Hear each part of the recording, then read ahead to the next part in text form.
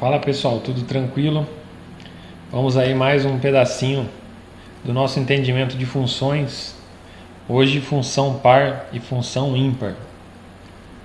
Na definição de função par, é uma função quando eu tenho um valor substituído em x positivo para essa função, a sua imagem, ou seja, o seu resultado é o mesmo quando eu tenho um simétrico deste valor.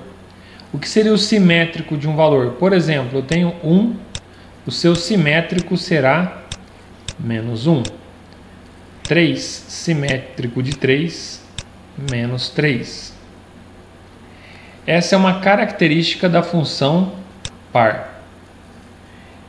E outra característica para identificarmos uma função par é que o gráfico de f será simétrico em relação ao eixo y. Em outras palavras, o eixo y dividirá o gráfico em duas partes iguais. Primeiro exemplo de uma função par, temos aqui x ao quadrado e vamos calcular um valor para x ao quadrado em que eu tenho simétrico também fazendo parte dessa resolução. Iremos calcular o valor de f de 2 e o valor de f de menos 2. Se os seus resultados, ou seja, as suas imagens, forem iguais tanto para o valor positivo quanto negativo, teremos a característica da função par. Vamos lá para o f de 2 e f de menos 2. Na substituição, tivemos aqui os dois valores iguais.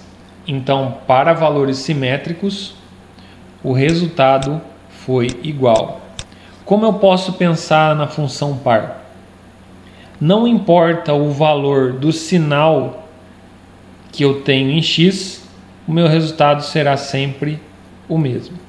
Se fizéssemos esse mesmo experimento com 1, menos 1, 5, menos 5, nós vamos observar que as imagens, tanto para quando eu substituo um número positivo quanto negativo, sendo esses valores números iguais, eu tenho a mesma imagem. Então, o simétrico de um número substituído numa função, eu testo esses valores e se no final eu tiver a mesma imagem, trata-se de uma função par.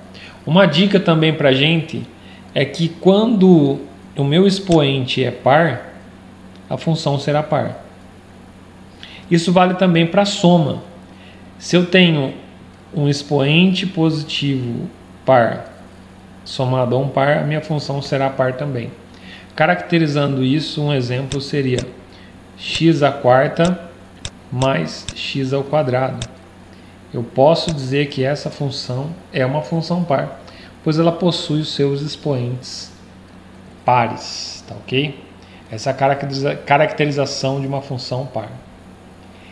No gráfico, aquela segunda característica que vimos, que o eixo y ele divide, ou ele é o ponto de simetria do nosso gráfico. Do exemplo da função, tivemos dois valores para x, tanto menos 2 quanto mais 2, que produziram para a gente uma mesma imagem. No caso aqui a imagem foi 4 para ambos os pontos. Então, se uníssemos os pontos aqui, pessoal, a gente teria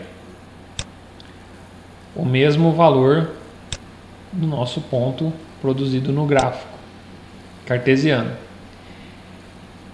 Ele é o ponto de simetria, ele divide em duas partes iguais o nosso gráfico, tá? Então tivemos uma mesma imagem, essa mesma imagem fará esse espelhamento no gráfico cartesiano. Temos os mesmos valores para a imagem e temos o ponto de simetria. Esse eixo y divide o gráfico exatamente em duas partes iguais. Vamos lá para a função ímpar. O que diferencia a função par da função ímpar é que o nosso f de x será igual ao menos o f de menos x. Outro tópico, outro ponto importante que caracteriza a função ímpar é que o gráfico de f é simétrico não em relação ao eixo Y, mas sim a origem, o ponto de origem do gráfico cartesiano, o ponto chamado 0, 0. Vamos lá.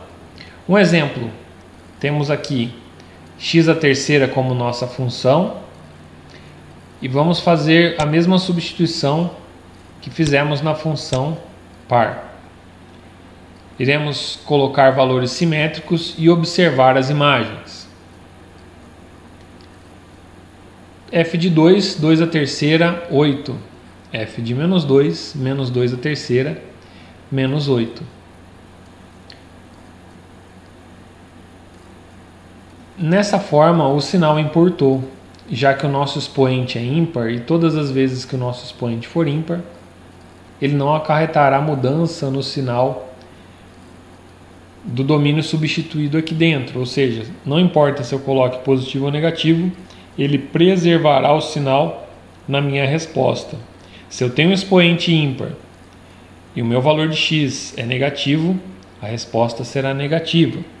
Se ele for positivo, como no primeiro exemplo, a resposta é positiva. Então, nos dois casos aqui, nós tivemos imagens simétricas. Então, a melhor maneira de se guardar o que é uma função ímpar é quando eu tenho um domínio simétrico, eu tenho uma imagem simétrica. Ou seja, se as minhas imagens tiverem o mesmo valor de sinal contrário, substituindo desde o domínio as mesmas condições, eu tenho uma função ímpar. Então, função ímpar é caracterizado pela imagem simétrica, tá, pessoal? Então, a imagem simétrica caracteriza a minha função ímpar. No meu domínio simétrico, produz imagens simétricas também. Aqui, pessoal, ó, vou só dar uma corrigida aqui. Será ímpar. Então, a caracterização da função pelo expoente, se o expoente ímpar, função ímpar. Se eu tenho uma soma ímpar, eu tenho também uma imagem que corresponde a uma função ímpar. No exemplo aqui, seria dois valores ímpares, certo? Para o meu expoente, eu teria uma função ímpar. Eu trago aqui um exemplo de função ímpar do primeiro grau e a gente pode observar essa simetria em relação à origem. Ela passa pela origem, temos aqui o ponto de simetria, ou seja, ela corta a origem. Vamos lá, um exemplo 2x como função, substituindo valores simétricos 1 e menos 1, 3 e menos 3, vamos observar as imagens que encontramos. Encontramos 2 e menos 2, 6 e menos 6. Neste ponto já teríamos a caracterização da função ímpar, que ela tem valores simétricos para a imagem. Substituindo no gráfico, ele ficaria desta maneira aqui. Ele corta a origem e ele será uma função ímpar. Temos casos também de funções que não são nem pares nem ímpares, pois elas não atendem às condições que falamos anteriormente, de domínio simétrico, imagem única para par, e valores simétricos no domínio com imagens simétricas para ímpares.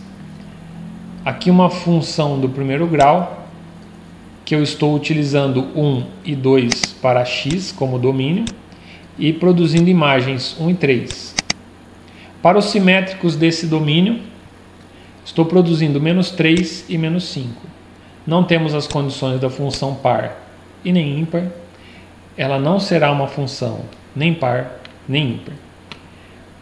Nossa lista de exercício a gente vai fixar um pouco mais esse conceito de par e ímpar. Muito obrigado, pessoal.